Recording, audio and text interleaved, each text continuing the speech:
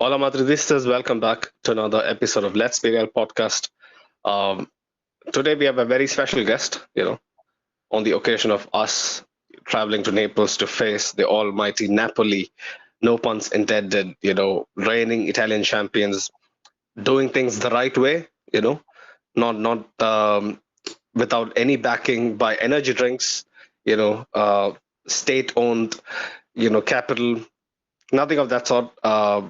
A city, you know, risen from the ashes, to be honest. For a long time they were uh, struggling to actually stake a claim in the Campeonato, and the way they did it last year was pretty insane, to be honest.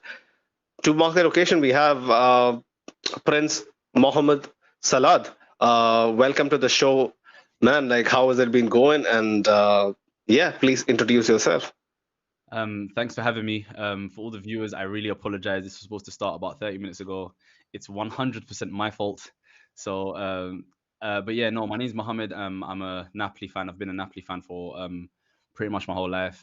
Got family there. My dad grew up there, so I'm also a Napoli season ticket holder. I will be traveling to Naples tomorrow to uh, to watch us play against Real Madrid firsthand. It's a very incredible introduction, by the way. I really appreciate it. I like when people talk about my team that way because it's true. It's what I've always said about Napoli. We've done it the right way. We've never been associated with cheating. We've never really been associated with a team that puts money in. We buy our players for cheap, we scout, and then we sell players on, and that's how we make our money. So yeah, it's just it's nice when you do it the right way. It's very fulfilling. I mean, I'm sure as a Man City fan, deep down, no, I mean, it's not ideal the way you're doing it, but it is what it is.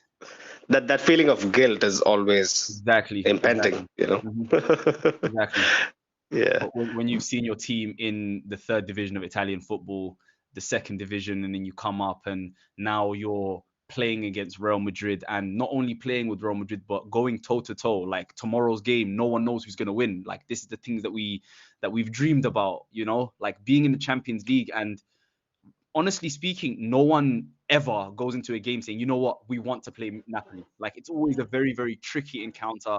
Yeah. You're gonna Especially away. so that's what we like. That alone is like wow, like obviously you want to win it and stuff like that, but just knowing where we've come from and the stature we have in Europe now, that's just it's heartwarming. 100%. Like, even in the Champions League last year, you guys were like early favorites, like hmm in a certain way, dark horses to actually win the thing, but it didn't exactly, pan out according to plan. But yeah, man, like things are looking up for you guys. I'm not gonna lie. Especially, the Napoli that I grew up with. Really, they were, an exciting team to watch, but when never really in and around the, the conversation of winning stuff. But now it's pretty different. But yeah, on a side note, welcome my esteemed co-host Jacob. Man, like, how's it going, bro? Champions League is back, and arguably our biggest test yet. It's not arguable. It is our biggest test yet because I know we've had our troubles in the league so far a bit, but then in the UCL is where we really shine and we really have to grab the horse by the scruff of its neck. So yeah, watch out, Napoli. We're coming. Fair enough, shots fired early on, but I'm gonna have my reservations about how well we're gonna do against Napoli. Like, even with our you know extremely strong sides back in the day, the BBC, in their prime, they really had to rough it out and tough it out against Napoli. It's never an easy place to go. Even like I watch quite a lot of Serie A as well, and whenever I see uh, the opposition actually look up and look at your fans in the Maradona, like it's a daunting task to actually quiet them down, because they are rockers. They're always up for it. They're never there's never an instance where they're second guessing as to how much they should back the team, back the cause. Yeah, man, Napolitans, they have a reputation for being super fierce as a fan base. But Prince, should I call you Prince or should I call you Mohammed? Muhammad, What do you prefer? Mohammed, yeah. Muhammad. Yeah. Mohammed, yeah. Mohammed, bro, um like talk to me. Like, what was the sensation about finally winning a Serie A title last year after so Uh, long? the thing is, it was a little bit anticlimactic because Mm, so many years over the last decade, we yeah, lose it on the last day, or we're very very close and we don't eventually get over the hump. But from about February, we were like 15 points clear. So it was literally, it got to a point where you're just counting down the days until, okay, now it's official. But really and truly, we've been celebrating the Scudetto for, sorry, for about half the year, because going into the World Cup, we were 7 points clear, and then we came back. The first game of the World Cup was Inter Milan, and then Inter made it 4 points. And then by the end of January, Inter had dropped a bunch of points. Milan have dropped a bunch of points, and in February we're 12 points clear, and they're continuing to drop points. So by March we're 20 points. There was a point where we're 22 points clear. So it's I like, remember. so it's a point where you're just like, okay, now it's just a matter of time. So you don't really get that excitement of, like, it's a title race. It was very, it was like you're counting down to win the title. But I mean, when that final whistle blew at the Fiorentina game, it was Fiorentina at home where we finally clinched it. It was, everyone in the stadium was crying. Literally everyone, young, old, everyone had tears in their eyes, because 33 years, you're just waiting for this one piece of gratification. And also, I mean, the history of like the North versus the South, the Northern supremacy in Italy, where Yeah, Naples is always looked down on, and they have all the, like, Milans, the Juves, they have the all the, money, the exactly, influence, all of the that. Yeah, influence, everything. So to finally win it in that fashion and have like one of the most dominant ever title wins, it's really really satisfying, and it's kind of a sense of validation over, I mean, regarding what we're doing over the last 10 years, because it's not like a Leicester City where we just won it out of nowhere. We've been mm, in and around the top of the league for as long as we yeah. can, for a very long time. We've been Champions League teams. We've consistently been in the Champions League. Obviously, we had a few years we were out of it, but like, it's just really really satisfying. I mean, there's no words that can describe how we were feeling at that time. It was beautiful, absolutely beautiful. Let me ask you this quickly. Yeah, like Hmm. it should be a one-word answer, right? Hmm. Hmm. Would you prefer a Champions League win over that No, Campeonato? no, Oh wow. Fair no. enough. Fair enough. I Fair mean, enough. this was a conversation for a few people last year. Like, obviously, you're in the quarterfinal of the Champions League. People are thinking, oh, would you rather win the Champions League or I mean, for the majority of us, it's the league, because conquering Italy when you've been when the rest of Italy have been stepping on you for so long, it's important. I mean, the Champions League is a cup competition, is always luck, but to be, and last year we done something that's never been done before. We beat every single team in the league. All other 19 teams, we beat them. We won the league in the earliest that's ever been won, with 5 games to spare. No one's ever done that as well. I mean, we scored over 100 goals. We had 90 points. It was perfect. I mean, the Champions League hopefully will come one day, but the league is always more important to us. I knew it was a very predictable question, to be honest, but I just wanted that emotion from you because it's so wholesome to actually, hear that from you. Because like even coming from someone who is as a neutral, it really kind of felt what you guys felt like over the years. The near misses, the Cavani era, the Higuain era. There were so many, nice sides that were, so close to actually doing something special, but never really, After you know, after uh, 2018, we thought yeah, we would never win it again. Like, mm, I don't know if you remember that Koulibaly goal, the header, to beat Juventus away, and then we came within 1 point, and they needed to play Inter and Roma in the last 4 games. So we're thinking, okay, we're gonna win it, and then I'm not gonna say cheating happened, but things happened, and we didn't win it. We're the only team ever to get 90 points plus and not win the league. So not win the league. Yeah, after that Sarri season, we thought, you know what, it's just never going to be for us. And mm. we truly believe that after 2018, it was like, bro, this is the best we've ever played. One of the best Serie A teams of all time. You get 91 points and you still don't win it. Yeah, we're never That going to was win the it. season where Dries Mertens was on fire, Yes, right? it was the season after Juve took Higuain from us and Mertens stepped up, and Mertens had 30 goals. Right. Yeah, Right, right, right. in all competitions. Yeah. Was that the year with the big celebration? I mean, the funny Yes, celebration where yes. So we beat Juventus away, and everyone in Naples, there was fireworks. We thought, okay, you know what? We never beat right. Juventus away. We beat Juventus away to make it 1 point. They need to go to Roma and go to Inter Milan. They have to drop points, and Mm. it wasn't to be. The next week, uh, they get penalties, and with 1 minute to go, they score 2 goals against Inter Milan. And then the day after that, Koulibaly gets sent off in the 8th minute against Fiorentina, and we lose. And that's when it all just collapsed for us. And it's just like, okay, it's never gonna happen. So, quick question: Sarri or Spalletti Spalletti, in totality? Really? yeah, Okay, in totality, yes. fair, fair. Because although under Sarri we were playing the most beautiful football in the entire world, Mm. um, his in-game management and his the use of the squad is what cost us trophies, and it cost us the league title, because he would play with the exact same 11 every single time, then make the exact same changes. It made us predictable, and by April, the legs of everyone was gone, because you're playing Champions League, then you're playing in the cup. Because in the Italian Cup, you're gonna get to the final, the quarterfinal, semi-final every year. So you're playing like 10 games there. The Champions League, you're going into the knockout rounds. You're playing games there. Then the league. So I mean, it's his man management and his squad management wasn't the best. Was lacking. Yeah. We were playing beautiful football under Spalletti, but then there were so many times where the substitutes that he made would score the winning goal, or the tactical changes where he might take off a defender and bring on a midfielder and attacker. Sari would never ever change his system. It would be 4-3-3. You'll take off Hamšík, you'll bring on Zielinski. You'll take off Higuain, you'd bring on someone else, you know? So it was never like, you would never change, you would never see something different. Fair enough. Fair enough. Fair enough.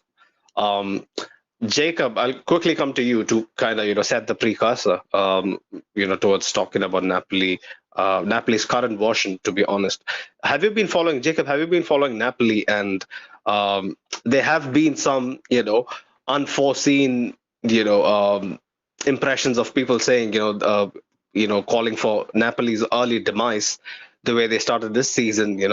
The hype from last season kind of dying up a bit. But do you think it's premeditated, kind of exaggerated in a sense, or do you Because of see media Napoli? play just Yeah. pulling the strings.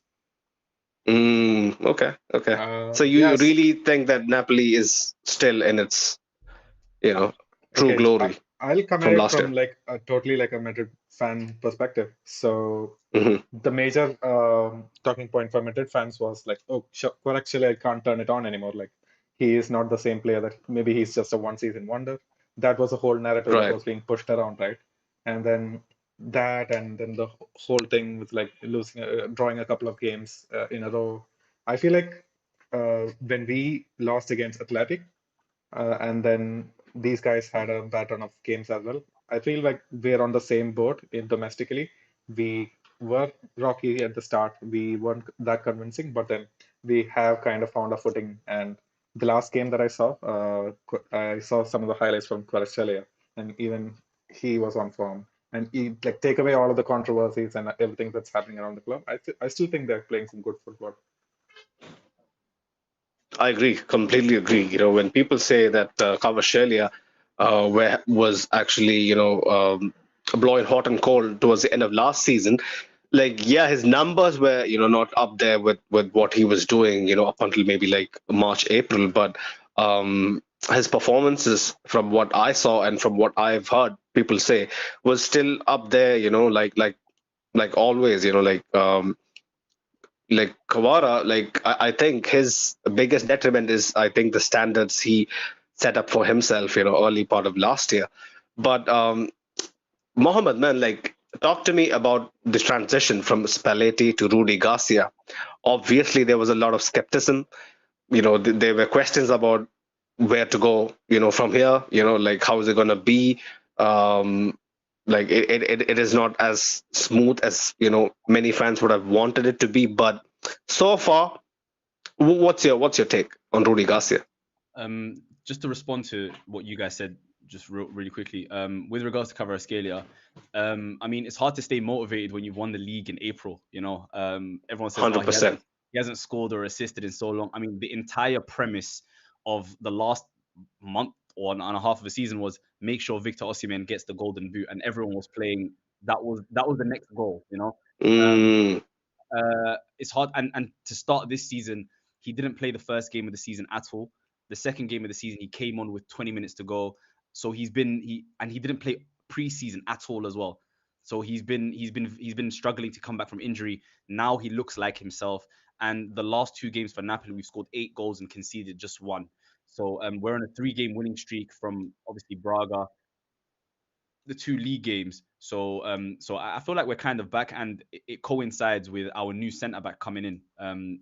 yeah. Nathan, the young Brazilian defender, he didn't play the first few games. He was struggling with a bit of an injury, but now since he's coming, we can play our usual high line. He's very good on the ball as well. So it all just makes sense. And regarding your question, the transition from Spalletti to Garcia, I'm one of the very few optimistic Napoli fans that you might find. A lot of people were already like, there's already hashtags of Garcia out, etc., etc. I think that's very, very reactionary.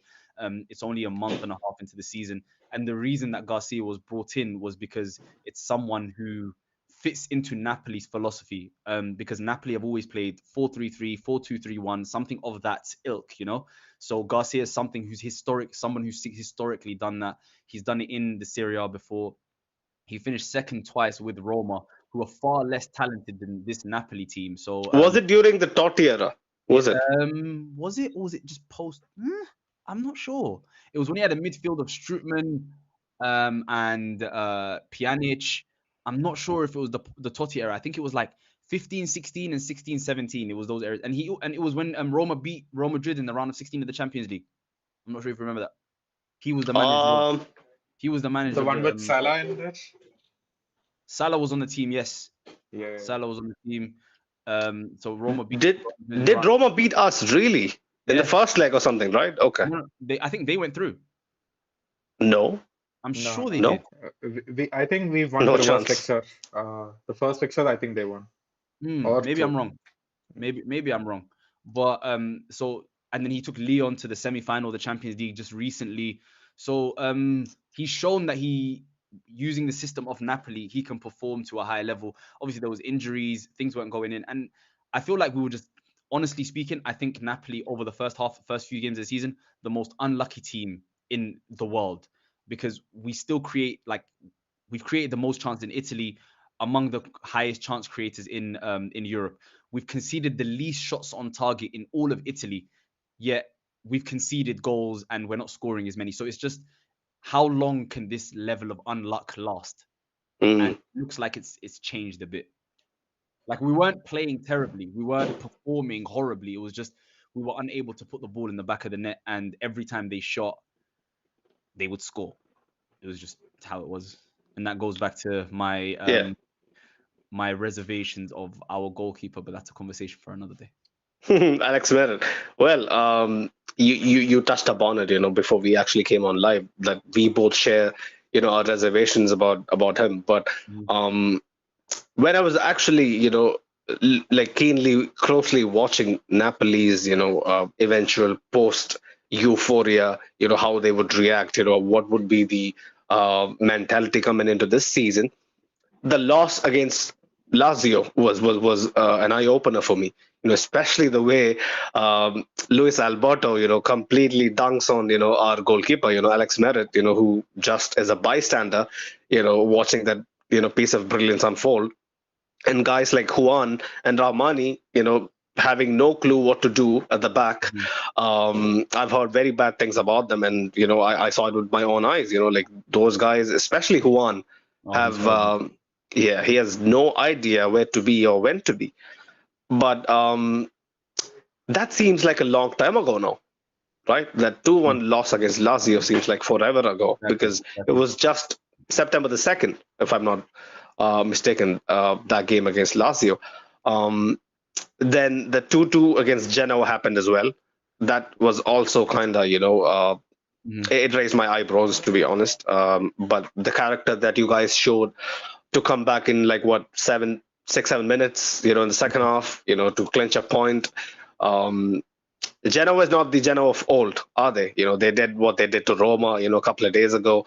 So they're doing their own thing. So, but still, man, like Napoli, like those early hyperboles of you guys are not gonna really do anything this season is clearly put to bed. Like back to back 4 goal hmm games, I Quara mean, coming back into just form. like just like that, we're only Yeah, 4 points off the top of the table. Just like instantly. I mean, it was people talking, oh my god, we're already 8 points behind Inter Milan, and all of a sudden they lose over the weekend. All of a sudden it's 4 points, and we're right back in it, and we haven't even played Inter or Milan yet. But sorry, Karen. yeah. You're 100% true. But I think what that is down to is incredible squad depth. In my opinion, like whenever I see Napoli, I'm like, they have really, really good technical players in every department. And I think it is, super clever. I've always held De Laurentiis in very high regard, whether it be his stubbornness in some of his business, in his financial, deals, like how he conducts himself, how he never considers Napoli as a pushover, is something to be lauded about, to be honest. Like I'm pretty sure your fans think the same as well. He's a don. He's like your Papa Perez, right? But talk to me about his transfer policy. Like whenever I look up Napoli, I see all these La Liga gems, like Zelensky, Matias Oliveira. Like how do you guys pick up players from Getafe and all of that, and like switch them up and basically turn them into at least not world class, but a tier below very excellent players. I think the system that Napoli has is Mm, not buying players, like individual players, players that fit into exactly what we're trying to do. So players that have mm, certain qualities that can fit in almost instantly into what we do. They don't need time to adjust and adapt. It's a team. It's someone who's played number six as a lone number six for, like, for example, we bought uh Lobotka Lobotka, yeah. From Celta Vigo. It was obviously he struggled a little bit, but the second Spalletti came, we knew exactly how to use him. Zambo Anguissa, another one. When he started last season, he got off the plane. 48 hours later, he's starting a game against Juventus and dropping an absolute masterclass. So it's like we're not buying individual great players. We're buying players that we know exactly how we're going to use them. So I think that helps. That helps a lot. Because obviously, if you're going to buy an elite player like, we'll say, Nicolas Pepe, who we were linked with a couple of years ago, Mm, yes, you can buy an elite. We know he's a wonderful talent, but how's he going to fit with you? So that's why most of mm, the time Napoli buy players where we're pretty comfortable. Like Lindstrom is someone that we just bought recently, and he already looks very, very good.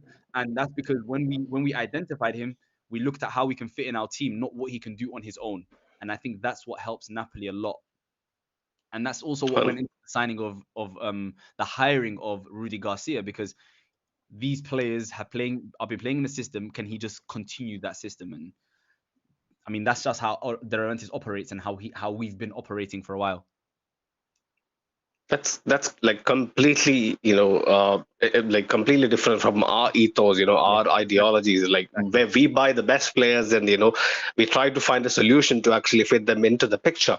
But Jacob, like when you hear Mohammed actually put this out in layman terms, like how they're scouting and how their team planning is very much based on what they have in mind.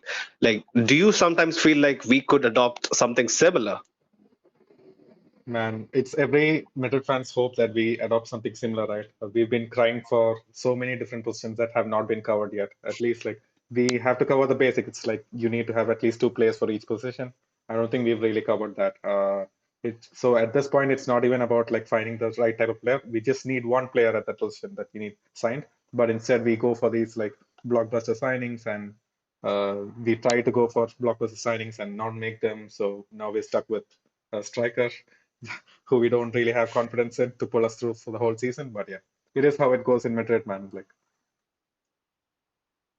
fair point, to be honest. The I don't way want at to talk Real about. Madrid though, man, if someone doesn't work out, you just get someone else in January. I mean, it's the this is Real Madrid is the greed that Jesus spoke about in the Bible, for example. You know, like Right, right. That's Real Madrid. Like you have Habibi, no I would reason, like I would like you to nothing, take back your no words, Real because Madrid. that used to happen maybe a decade ago, but the market and our playing ground has completely evolved to be not really competing with all the guys who are actually going for the top players. We actually do buy some smart players, to be honest. We can't really. The Bellingham is an exception. Hazard is an exception, but It's not even just that, right? I mean, yeah. which other team ever can have three of the best five young midfielders in the world on the same team at the same time? Like it's only Real Madrid can pull off Camavinga, Chouameni, and Bellingham in this like together. But That's don't you think it? beneficial. And then you're Don't probably don't gonna get Mbappe as well. It's just God. let's not talk about that guy. But for the midfield part, like, don't you think it's down to careful, strategic scouting and strategic No. signing of these young talents? Why don't you think so? Because everyone and anyone with eyes knows Camavinga, Chouameni, and Bellingham are absolutely incredible. So where so many other midfielders, we didn't go for them. Yeah, no, but you're What Real do you think? Madrid. But you're Real Madrid. I mean, if you go for Camavinga, Camavinga will come to Real Madrid. It's Real Madrid. Like Bellingham had Okay. offers from every single team in the world: Liverpool, Man United, Man City, Chelsea. He didn't even go. He's English and he decided to come to Real Madrid. Like the Real Madrid pull is unbelievable. The pull is different. The knock is different. I'm not gonna lie, but yeah, man, the public perception of we can get whoever we want to in this current market is absolutely nonsensical, in my humble opinion. No, you But guys have yeah, you got okay. Let's. It's not 2010 where you're getting Kaká and Ronaldo and Xabi yeah, Alonso and at the same time, right? exactly. But at the same time, when I say you can get whoever you want, when you Mm, decide to get someone, you will get that person. Does that yeah, make sense? but we do And it the right way. We no, no, don't no, tap of our course. players like Barcelona, do we? No, no, of, it's true. It's true. I mean, nothing against Real Madrid. I mean, Perez, what you guys have, it's just, as I said, it's football royalty. It's like probably the number one sports organization ever, right? Like the way you guys conduct business, the way you guys operate, it's wonderful. But at the same time, everyone else has money now. That's why you guys are struggling a little bit more, but you Hundred still percent. can get all the best players in the world. You can still, at any point right now, unless it's a Barcelona player, you can go to Napoli. You can get a Kvaratskhelia and Okay, Osimhen okay. if you want to. Oh, really? You think that's a possibility? Like, I don't think I so. mean, if you come up with the If money, if no one we can compete if with you we guys. pay up 300 million, which is never gonna happen. Simple as nobody's gonna deal with De Laurentiis. I'll tell you, like, he is the Italian, um what's his name, Daniel the Levy. Spurs guy, Daniel Levy. Yeah, so Not to that extent. I mean, we just value our players highly and rightfully so. I mean, 100%. not 100%. yeah. Right. Yeah, I mean, let's talk about your team, man, in a bit more detail. When Koulibaly left, I know it wasn't much of a blow because he was on the downward trend, right? Like, he wasn't exactly the Koulibaly he was previously. Am I mistaken? Or is Uh, it? I thought we would be done for when Koulibaly left because even though he wasn't Koulibaly at Koulibaly's best, he was still Mhm, one of the best, if not, I mean, he was still the best defender in Italy without a doubt, but he was still mm. one of the best defenders in Europe, which we saw at the World Cup. He was still playing at a very high level. I was like, there's no way we can replace this guy. And then Kim Min Jae came in, and it was like, wow, it's like, Yeah. and then we're thinking the same thing now, but then hopefully With Nathan. Austin God and Nathan, right? Like, how did that happen, man? Like, how do Ostigard you was here guys? last year. Ostigard was here last year. We bought But he didn't Ostigard. play much, though. He didn't He play he much. came to the forefront this year. Yeah, and even that's because of injury. Mm, When Rahmani comes back, I feel like Rahmani's still a good defender, which a lot of us think very highly of. I think Rahmani will come have his place back, and Natan will play. But yeah, when Koulibaly left, he's my favorite player of all time, by the way. Like my number one or number two favorite player of all time. you I know what, man? The Chelsea shit rubbed off on me. To be honest, whoever Chelsea buys, they just project a very bad image. Because and whenever I see you know what the Koulibaly with craziest part? Chelsea, And you know the craziest thing about Chelsea was every Yeah, single one of their players had a good World Cup. Pulisic looks good at the World Cup. Ziyech looks good at the World Cup. Koulibaly looks good at the World Cup. And all of it. So Chelsea's the problem, bro. Like that's the 100%. problem. Not yeah. Not the Anyway. players. Yeah. You were saying, go on. No, I was just saying Koulibaly is my favorite player of all time, and that one hurt me. And it's really really sad that the year that him, Insigne, and Mertens left is the year that we won the Scudetto. Like they Mm. deserve it. I mean, they built the foundations to what we are now, and it's quite upsetting. So you have no connection towards Hamsik? No, Is no, that no, no. But Hamsik left like a while ago. while ago? But But still, Koulibaly is above Hamsik, yeah. for me, you have Koulibaly is my favorite player of all time. Hamsik is one of the greatest Napoli players of all time. Just as from a personal, like Koulibaly for Right. me, just I mean, I love Koulibaly. Fair enough. But yeah, that was mad. Honestly, like when I hear from Napoli fans and the way they, speak about your current centre backs, like I was thinking, yeah, obviously Koulibaly wasn't the Koulibaly of in his prime, but how would they replace him was the question. And Kim and J happened, and after Kim and J, we have the next set of defenders that looks like they have settled in super nicely. But I think the real crazy stuff that you guys are doing is in the attacking department. When Osimhen is there, Osimhen is the limelight hogger, right? Basically, he is your star man. He's your poster boy, alongside Quara to a certain extent. But when you deep your bench as well, it's pretty deep. Raspadori as a secondary option is pretty neat, to be honest. And Simeone as a third, as a Simeone's option. Cholo's son is a fucking rabid dog. Whenever I see him, pressing opponents, he is insane. Like, how do you guys actually manage to keep everyone happy? Like, I know, like Giovanni Simeone isn't exactly like S tier or A tier player, but I saw him put a shift. Was it against Lecce or Yes. Udinese? But Lecce. yeah, Lecce, right?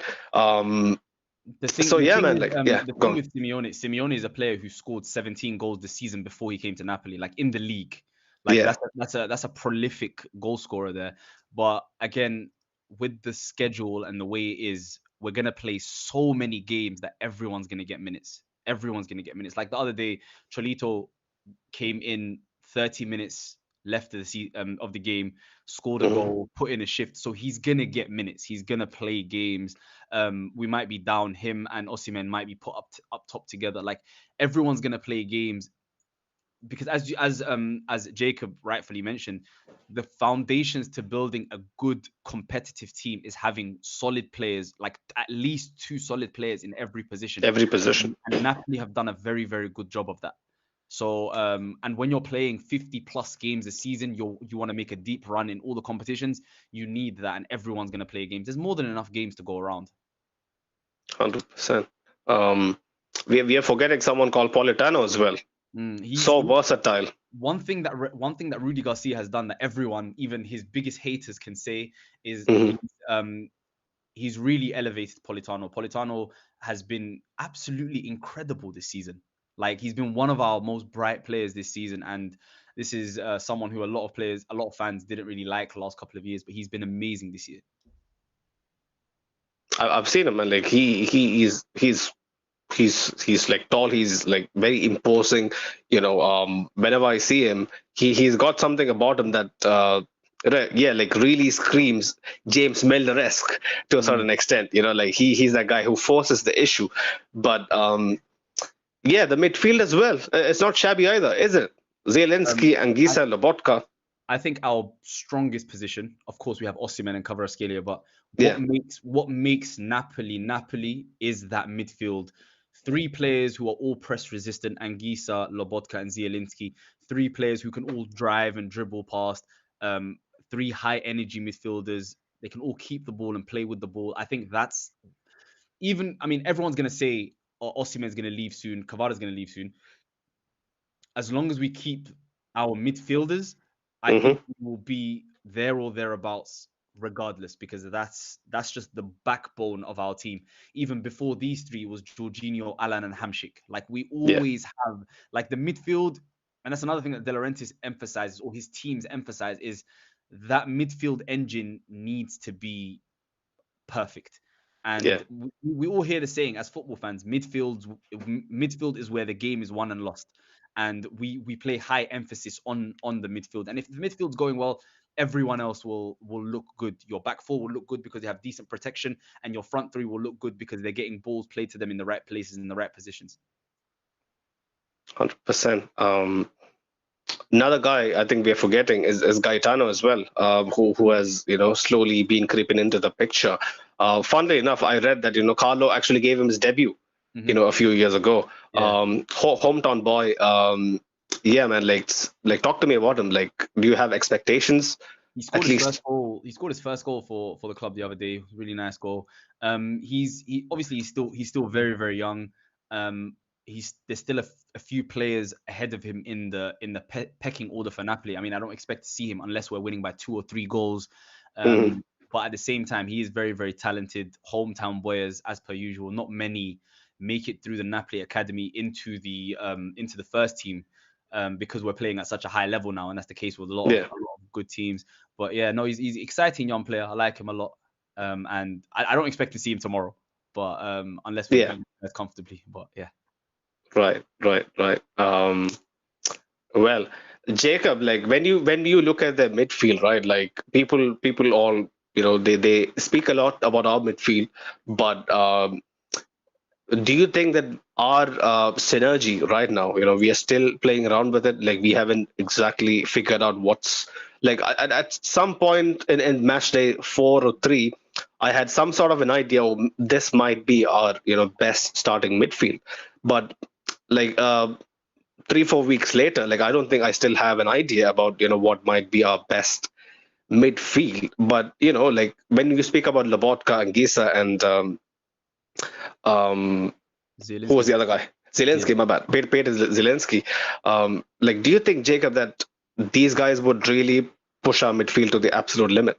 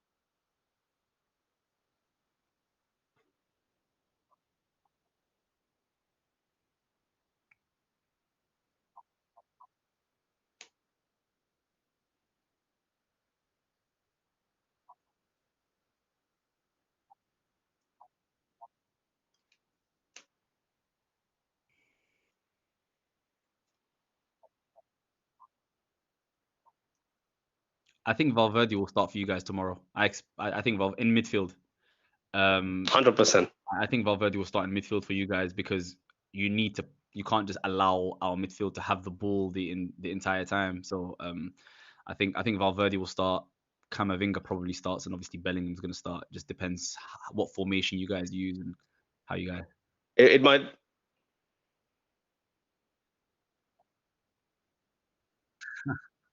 but the I hope way I hope Carlos he spoke starts at about left back. Mendy, I hope he starts at left back really? Okay, okay, fair, because fair. he's a very very good player, and the less he has the ball, the better. So if he's at left back, then go deal with Politano on that side. Then his attacking him going forward is less. Yeah, yeah. The less I see of Camavinga, the better. But at the end of the day, we're talking about Napoli and how we're doing. At the end of the day, this is Real Madrid in the Champions League. Like you can do anything at any point to anyone. Like when you stand across from the pitch, the fans don't matter, the coaches don't matter. It's Los Blancos against the world, and we could be on the best. I mean, as a Napoli fan, this is the best time we could possibly play Real Madrid. Like, it's the best time for Real Madrid to come because you're not playing that well. The stars aren't there. Vinicius is just coming back from an injury, so it's the best time you could. But at the end of the day, when everyone's wearing white and they're ahead of you and they're in front of you, sorry, it's different. It's different. Real Madrid in the Champions League, you don't want it. You could be winning 2-0 as we saw at Anfield, and it doesn't mean a thing. Like because they can score five Well, there. like Mohammed, in my humble opinion, I think you're contradicting a bit because earlier you said cup competitions are all about luck, but do you think us in the Champions League is all about luck? I don't No, no, think so. no. For everyone else, the cup competitions are about luck. But when it comes to Real Madrid, it's just something about Real Madrid in this competition. Like it's just I can't like it doesn't it makes no sense. Like it makes no sense. Real Madrid in this competition, it's it's it's incredible as a neutral. It's just incredible to see how no matter what the situation is. Like I remember Man City 2 years ago. Um, they need to just hold on for 4 more minutes, and all of a sudden it's extra time, and they have nothing left in the tank. Um, you're losing 2-0 in the first 15 minutes against Liverpool. They look incredible. All of a sudden, it's 4-2 and the game's over, and then it's 5-2. Like it's, I mean, yes, for everyone else, you need a little bit of luck in cup competitions, but Real Madrid is it's Real Madrid. Unfortunately, it's just how it is. Unfortunately, but yeah, Yeah, fortunately for us though. yeah. But I completely respect all the admiration. I believe that is not just speaking facts. It's more or more or so just factual stuff. But um, looking towards the game tomorrow, like from our earlier conversation, the way Carlo was speaking about Mendy, I believe Mendy is going to start because he just mentioned that Mendy is well rested. He was just tired. He should be okay. So which means I think Kamavinga might be coming off the bench because my midfield, I think tomorrow, I think Chouameni starts regardless. Modric starts. Um, Modric, Chouameni, Bellingham, maybe Cruz as well, because I know it hasn't really gone exactly according to plan, but it might not really help us to bring on Cruz in the second half, to change things up because from what I've seen about Napoli's midfield, they're very mobile and exceptionally technical at the same time. You guys can ping passes. Has the work rate, especially I saw against Udinese, the shift that guys like Zielinski and even Quara puts up, it really is concerning. Not gonna lie, your team really works very well, like as a unit. Sometimes, which I don't think we do, you know we don't really do ourselves any favors by sometimes there's a disconnect between the press or attack and the defense actually initiate, especially when Benzema leaves. It's expected because he was a press trigger. He used to lead the line from the front, pressing from the front, but it is different now. But you talk to us, man. Like looking at from the Napoli side, you told us like this is the best time to face us. But what area of the pitch concerns you the most? What area concerns me the most from a The Real most, Madrid yeah, perspective? yeah, yeah. Um, I mean, Bellingham concerns me. I don't know if that's a area of the pitch. I mean, Jude Bellingham concerns me. I don't know. Of course, if Vinicius starts, it limits. The thing is, one of our most threatening players is our right back, Giovanni Di Lorenzo. He gets goals, he gets assists, he gets forward a lot, and a lot of our attacks come from that side of the pitch. Because on the left, it's individual brilliance from Kvaratskhelia, a bit of interchange, but Zielinski is like structurally he gets involved in a lot. If Vinicius is playing, he won't be able to do that as much. He needs to be very wary of Vinicius's whereabouts at all times. So obviously that's concerning. Um, I, as it stands, there's not much that concerns you for Real Madrid because I mean, like Josulu's not Benzema. No, I mean, apart from what I mentioned, apart from Bellingham and Vinicius, like Josulu's not going to do what Benzema was doing. Like there's less to worry about. Of course, obviously you have to. If Modric is playing, you need to press on Modric quicker than if someone else was playing. It's Modric, you can pick out a pass. Same with Tony Cruz. So depending on the midfield you play, there are different concerns that you need to address.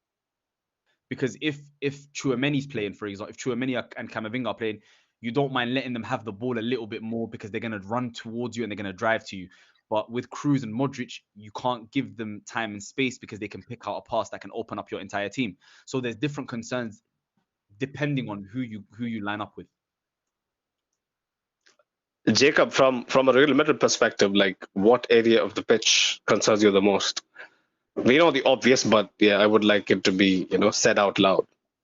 Fucking hell, man. So I'm not sure if you got a chance to look at some Real Madrid games, but this year I saw that Griezmann scored a header against you, and if you're letting Griezmann score a header against you, Osimhen is going to kill you guys. He's shorter than me, Griezmann is shorter than me. Like I saw Griezmann score a header, I was like, oh wow, okay, then put crosses into the box, and then we'll see what happens. There you go. Yeah, sorry. That is like our concern, man. Like we don't have like any other concern. I feel like on the ball, Rudiger and co, they have the know-how to actually shut down people who dribble. But then when they face up against these guys, and they just forget to pick their marker up, and it just chaos over at that in defense if there's a cross coming in. So if you're saying to me that Lironso, he can put in that cross, he can make that play happen. If Kvaratskhelia can get some things going in the left flank, we're done for. But beyond I think that, the biggest concern for you guys is Kvaratskhelia versus Carvajal. Like whoever's playing in midfield absolutely needs to double up and help him because Kvaratskhelia will kill Carvajal. But let me remind you, Carvajal, yeah, like he had a couple of bad years, but this year he looks different. Looks different, absolutely different. That's fair. No, but I'm gonna have my Kvaratskhelia again. Yeah. Like I think he will need all the help he can get. 100%, and he's gonna get it because let's not kid ourselves. Like this is no mid-table La Liga side we are facing, so we're gonna be extra alert, extra prepared, extra cautious about Kvaratskhelia and Osimhen. That's gonna be the forefront of how we try to nullify Napoli. From my perspective, again, the aerial threat, like you said, Jacob, Osimhen against our centre backs is going to be a field day. I think Nacho and Rudiger, on paper, it looks okay, but when a ball comes in, I'm shutting my eyes. I don't know why. To be honest, Mohamed, I grew up with Ramos and Pepe, even Rafael Varane, in his prime. So coming from that to this, honestly, for me, it's hard to watch. And who else is a superior aerial threat? Is Napolitano a target man for you from crosses? Anguissa, Koulibaly, Anguissa, and Osimhen are our aerial threats. But with Napoli, we put in a lot of low crosses. So low crosses. We'll flood the ball with midfielders and maybe even our right backs and left backs. If you watch a lot of Napoli's goals, we score we've been scoring the same goal for the last 4 or 5 years.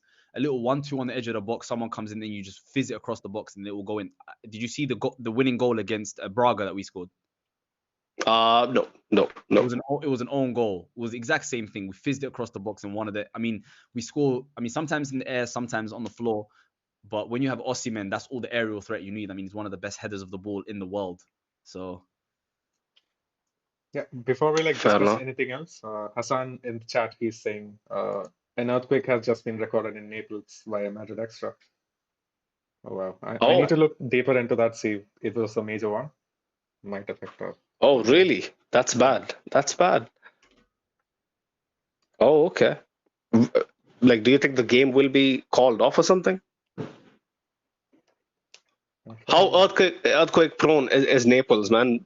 Mohammed, do you know? Do you have any idea? You don't hear it often. 1 second. I hope it's nothing bad. Well, let's go through a few comments before we kind of get into the tail end of our preview.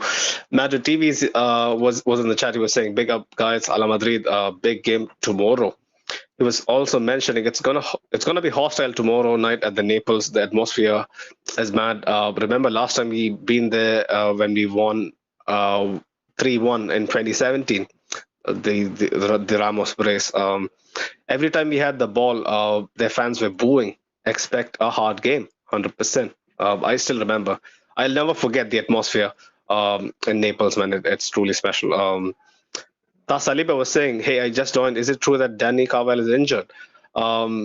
I heard it, but apparently it's a hoax, right? Like he's like perfectly fine. He rejoined the training after coming out looking perfectly fine. He went and limping, but I think he's okay. Madrid TV was also saying, "Coach Shelley is a Real Madrid fan. Bring him to Madrid." I think that's going to cost north of 100 million at the minimum, right? 150? Would you take 150 for Maradona, Mohammed? Absolutely not. When you got guys like Michaela Mudryk and Jack Grealish going for £100 million, I mean, we're talking about one of the young wingers in the world. Modric is a joke. I expected so much from him, but yeah, he's been You're absolutely. wrong for expecting much, because the entire hype around him is based on a 45-minute cameo against Real Madrid in the Champions League, and everyone's like, "Oh my Yeah. God, it's nonsense, absolute nonsense." He's one of the worst football players I have ever seen in my life. Technically, he's just not there. He just got pace. Yeah, I agree. I agree. Um, but yeah, man, probably, I think the hype sometimes gets to me. But yeah, watching him at Chelsea, man, like, does anyone really stand a chance at Chelsea? Like, That's a good point. nobody's really, it's a graveyard for attackers, not just strikers, in my opinion. Um, But yeah, what else do we have to cover from the game tomorrow? Let me just take a quick look. Right, if you don't mind, right, for some context for our listeners, the Osimhen saga, right? A brief opinion. I'm not gonna ask you to delve into it much because it's nonsensical. The whole thing is pretty blown out of proportion, right? But I read, some fans being a little displeased with his overall body language, especially against Udinese. Um, do you have something to comment on it? The whole thing was absolutely ridiculous. It was Mm, it was a silly TikTok, and our TikTok and social media pages are renowned for just posting stupidity. Like last year, it was Kim Min Jae and Naruto. This year, I mean, a few months ago, it was Kvaratskhelia just dancing in a weird way.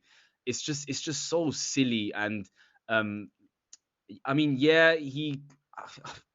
It's just silly. I don't know what to say. It's the whole thing's just silly. I mean, he put out a statement. He's scoring goals. Everyone on both sides, everyone's just overreacting. Everyone's yeah. exaggerating.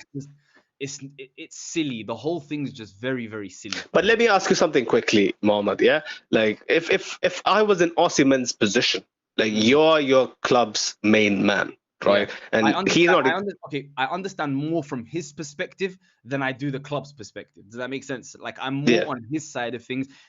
He has a right to be annoyed. He has a right to be pissed off. Like your club that you've helped win their first league in 30 years, making fun of you. It's not ideal. But at the same time, like our social media team is terrible. Like they've always been terrible. We know this. They do dumb stuff. So like kind of let it go, I guess. But at the same time, you have a right to feel however you want to feel. I'm not going to police how you want to feel, but it's as long as it's not affecting his performances, it is what it is. yeah, fair Got enough. two goals in 2 games since it happened. So Yeah, he's been back at the back at his exploits as per usual. But my opinion on all of this is basically just simple, right? Osimhen is how old is Osimhen? He's 24, I believe, right? 24, 25. 24, 25, right? So he's not exactly young, yeah. Like he's a man, right? Can't you actually take these kind of things? Maybe get annoyed and take these kind of things at face value. Just a meme is a meme, yeah, and just leave it at that because like from a neutral perspective, I was telling Jacob this very thing, before you actually came on, Mohammed, that this whole thing might be a ploy by him and his agent to, facilitate a move in the summer. That's what I feel like. A lot of people are saying that, but like, there's no point to facilitate a move because in the summer you've got 1 year left in your deal. If you don't sign a contract, we're gonna sell you anyway. So Mm, like his contract finishes in 2025. We're not going to sell him in January, regardless of however much of a fuss he kicks up. Like that will never ever happen. We're not selling you in January, so there's no point. If you don't want to leave, just don't sign the contract that's on the table, and you will leave in the summer because we're not going to let you go for free either. So it makes no sense as a ploy to leave. If anything, it's a ploy for the contract negotiations to finish quicker Mm, because rather than a ploy for him to leave, because him leaving is 100% in his hands. He can just say no, I don't want to sign a contract. I mean, yeah, why would he be in negotiations for a contract if it's a ploy to leave? They've been in negotiations for a contract for the last few years. The last few months, the only thing that they're not agreeing on is the release clause. Him and his agent want 120 million release clause. De Laurentiis wants a higher release clause. That's the only hiccup. It's not wages, it's nothing else. It's just the release clause. And yeah, so it was. I don't think it's a ploy for him to leave. It's a ploy for them to finish the contract. Whatever. I mean, whatever it is, the whole thing is just silly and it's blown out of proportion. And by next week, no one's gonna care.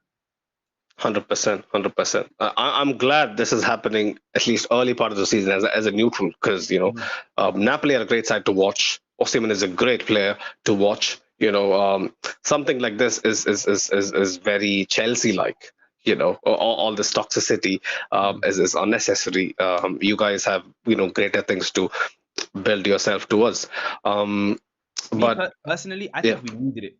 I think we needed a little bit of drama or just something, a kick up the backside to like kickstart our season. Because since it's happened, as I said, 4 goals, 2 games in a row, only 1 goal conceded from, I mean, a piece of brilliance. But other than, I mean, we looked like Napoli over the last 2 games. So maybe it was just something that was needed. It was paradise for the last 2 years. You need a little bit of drama to remind everyone what the main goal was. I promise I don't think it was that serious, and it's just social media nonsense, bro. yeah, All it yeah. is. I read that a lot as well. That fans actually appreciated this drama in a sense where Mm, it kind of made them reconsider their perspective. Like focus on, like you said, what's important. What's at stake, mhm. basically. But yeah, like let's I think let's move on to the final predictions. I'll come on to you, Jacob, first. From our perspective, this is arguably, like I said, arguably because we faced Atleti a week ago, but arguably this is our biggest test yet, and our earlier big test was a massive, massive, um, you know, massive night to forget. I hope the trip to Naples is much better than that. Um, what do you predict, man? And do you think our team is gonna, turn up and really provide a statement performance? Yeah, that depends, like that depends on who actually turns up on the pitch. If it's going to be Modric, Cruz together, and Carlo just pulls off something weird. Because again, this is a return for Carlo. He has something to prove against this Napoli side with the way he left. They have So, history as well. yeah. And I feel like if he doesn't do anything weird, we should be able to win this one, at least a 2-1. Of course, like the mandatory Osimhen goal is like gonna happen in spite of what happens, in spite no matter who plays. You heard my man, Mohamed. Mandatory Osimhen goal. Mm. Do you think it's gonna be that easy? Um, I I think we'll win 2-1 as well. I think we'll win 2-1. Um, because we're gathering form. Napoli at the Maradona in the Champions League is not an easy place to come, even for the mighty Real Madrid. The fans behind them. There's going to be flares. There's going to be smoke. The atmosphere is going to be rocking, and I think that will propel us to the victory because this is a massive game. I mean, playing Real Madrid in the Champions League for a small club like Napoli. I mean, yeah, we are still a pretty small club.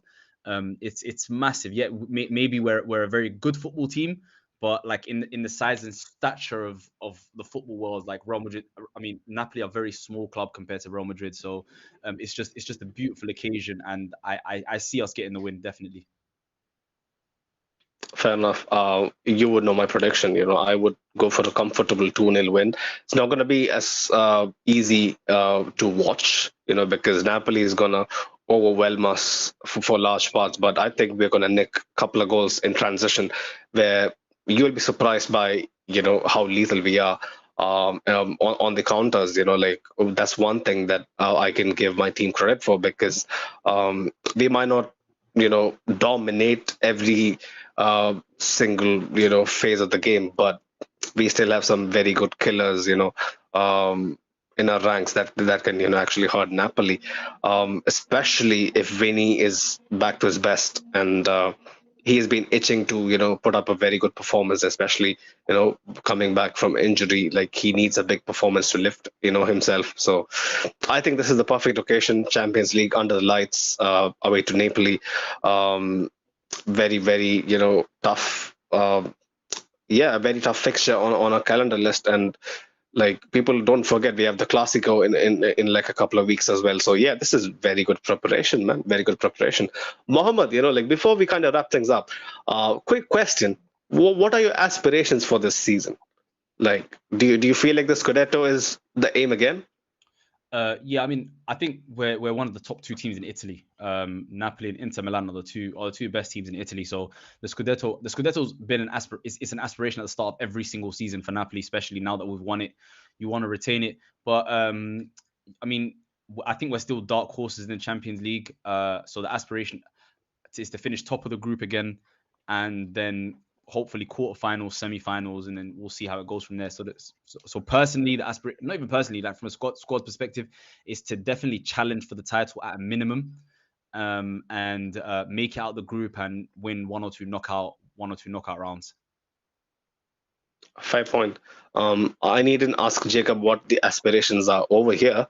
We aim for everything, but the season is a long one. Let's just hope, we get somewhere, man. Mohammed, quick question to you as well. Do you see us really doing something special this year, apart Mm. from, maybe La Liga, where we can maybe go the distance, but in the Champions League, do you see us doing something?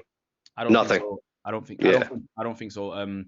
Uh, because in the past you've had real difference makers in your team, like a plethora of world class elite players in their prime. That's why you can never count out Real Madrid. I feel like now there are teams that are just better than you, and you can't, like, if you play Man City again, 9 times out of 10, Man City will beat you. If you play Real Madrid and Bayern Munich, in my opinion, I think like when they find their form, Bayern Munich have world class players everywhere, and they'll probably beat you. Probably even Barcelona right now on form. So yeah, yeah, I don't see Real Madrid. But then again, as I said multiple times during the course of the stream, Real Madrid in the Champions League, it's your competition, so anything can happen.